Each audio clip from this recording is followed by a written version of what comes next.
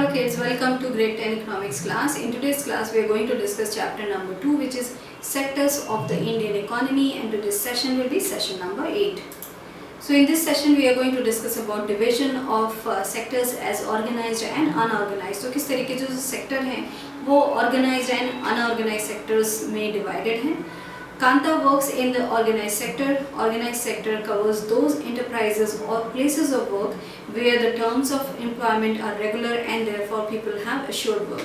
तो जो कांता है फॉर एन एग्जांपल वो ऑर्गेनाइज सेक्टर में काम करती है, और ऑर्गेनाइज सेक्टर वो सेक्टर कवर करता है, वो एंटरप्राइजेस उसमें होते हैं या फिर प्लेसेस ऑफ वर्क होते हैं जहाँ लोग काम करने जाते हैं, वहाँ जहाँ पे जो टर्म्स ऑफ एम्प्लॉयमेंट है वो रेगुलर है एंड देयरफॉर जो पीपल हैं वहाँ काम करते हैं, जो एम्प्लॉई हैं, दे हैव अश्योर्ड वर्क. तो this is one of the main thing कि जो ऑर्गेनाइज सेक्टर होगा वहाँ पे जो लोग काम करने जाते हैं वहाँ पे अश्योर्ड वर्क होगा एंड जो एम्प्लॉयमेंट होगा वो रेगुलर एम्प्लॉयमेंट होगा. They are registered by the government and have to follow its rules and regulations which are given in various laws such as the Factories Act, Minimum Wages Act, Payment of Gratuity Act, Shops and Establishments Act, etc. तो ये जो organise sector है वहाँ पे वो enterprises हैं या वो प्लेसेस ऑफ वर्क हैं जो रजिस्टर्ड हैं गवर्नमेंट के द्वारा, जिनको रजिस्टर किया गया है and they have to follow जो गवर्नमेंट के रूल्स एंड रेगुलेशन हैं, they have to follow those rules and regulation. And वो जो रूल्स एंड रेगुलेशंस हैं वो कहाँ दिए हैं, वो हैं गिवन इन वेरियस लॉज में दिए गए हैं.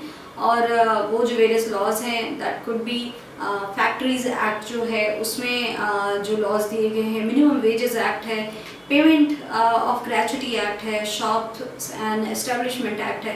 तो ये सारे जो एक्ट हैं, ये सारे जो लॉज हैं उसमें जो भी चीज़ें दी गई हैं, the rules they have to follow.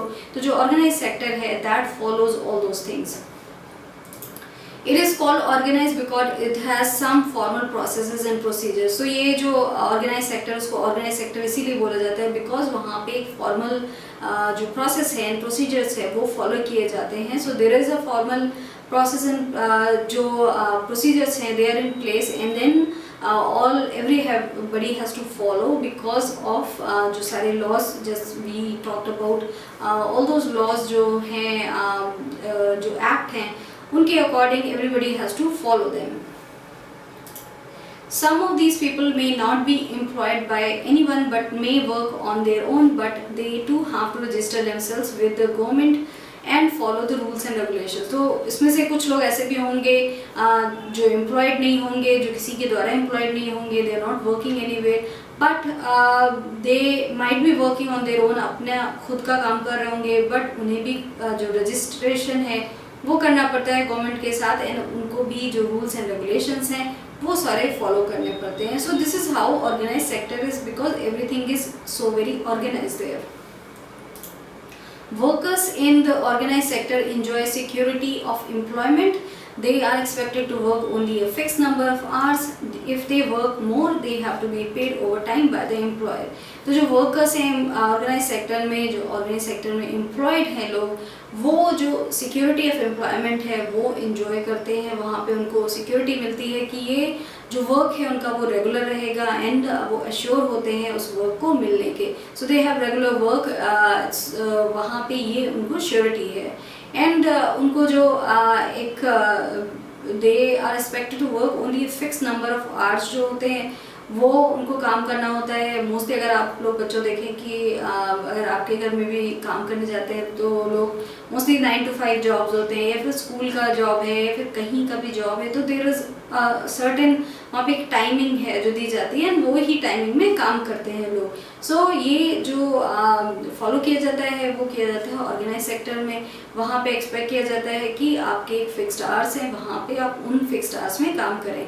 और अगर कभी ऐसा होता है कि if the person is working more hours, if it is required by the company or by the enterprise or wherever they work, if they have to work more number of hours, अगर उनको काम करना पड़ता है तो वहाँ पे there is rule कि they will be paid extra for that. जो उनका ओवर टाइम होगा वो एम्प्लॉयर उनको पे करता है। Normally generally it is paid 1.5 times जो आपकी रेगुलर पे है उस पे आपको पे किया जाता है। सो दिस इज़ द रूल जो वहाँ पे एवरीबडी फॉलोज कि यू हैव फिक्स टाइम जिसमें आपको काम करना पड़ता है, फिक्स आवर्स हैं आपके काम करने के।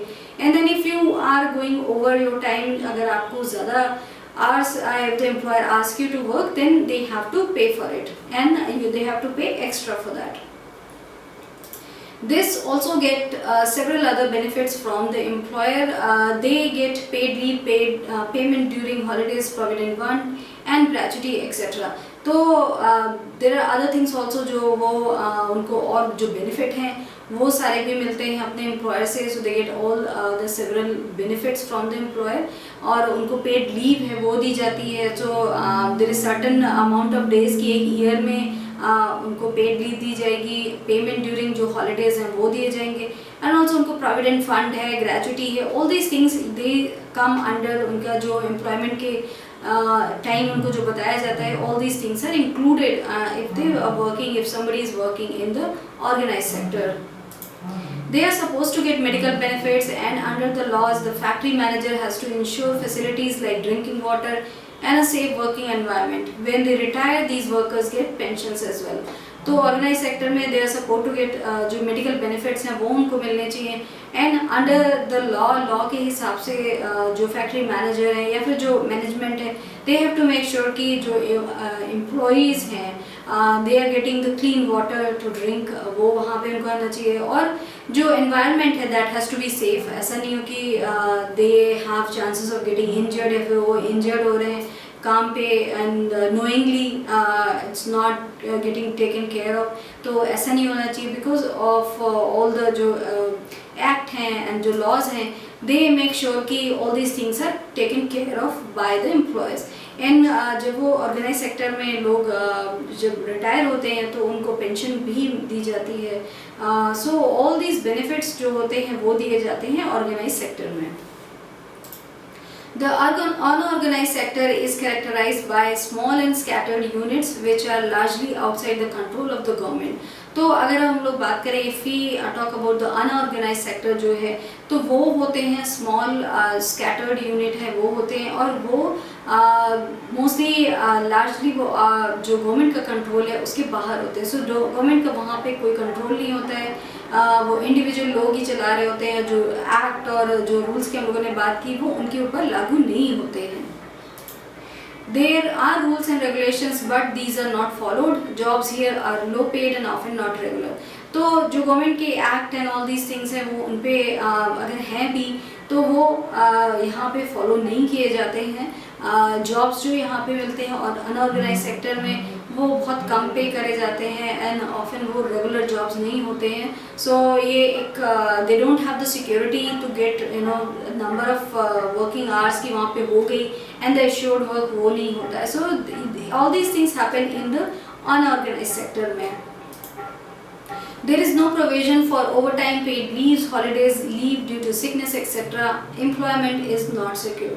तो यहाँ पे जब when we were talking about the organized sector, वहाँ पे overtime भी था, वहाँ पे paid leave भी थी, holidays also they get in जो उनका leave due to sickness है ये सब मिलता है। बट अगर हम लोग अनऑर्गेनाइज सेक्टर में देखें तो वहाँ पे ये सारी चीज़ें उनको नहीं दी जाती हैं। एंड ऑल्सो जो एम्प्लॉयमेंट है वो भी सिक्योर नहीं है। दैट मीन्स कि उनका जो जॉब है वो कभी भी जा सकता है। People can be asked to leave without any reason when there is less work, such as during some seasons. Some people may be asked to leave. तो अनऑर्गेनाइज सेक्टर में people may be asked to leave जब वहाँ पे कोई काम नहीं है या विदाउट एनी रीज़न उनको जाने के लिए बोल दिया सकता है। So they can get laid off without any proper reasoning.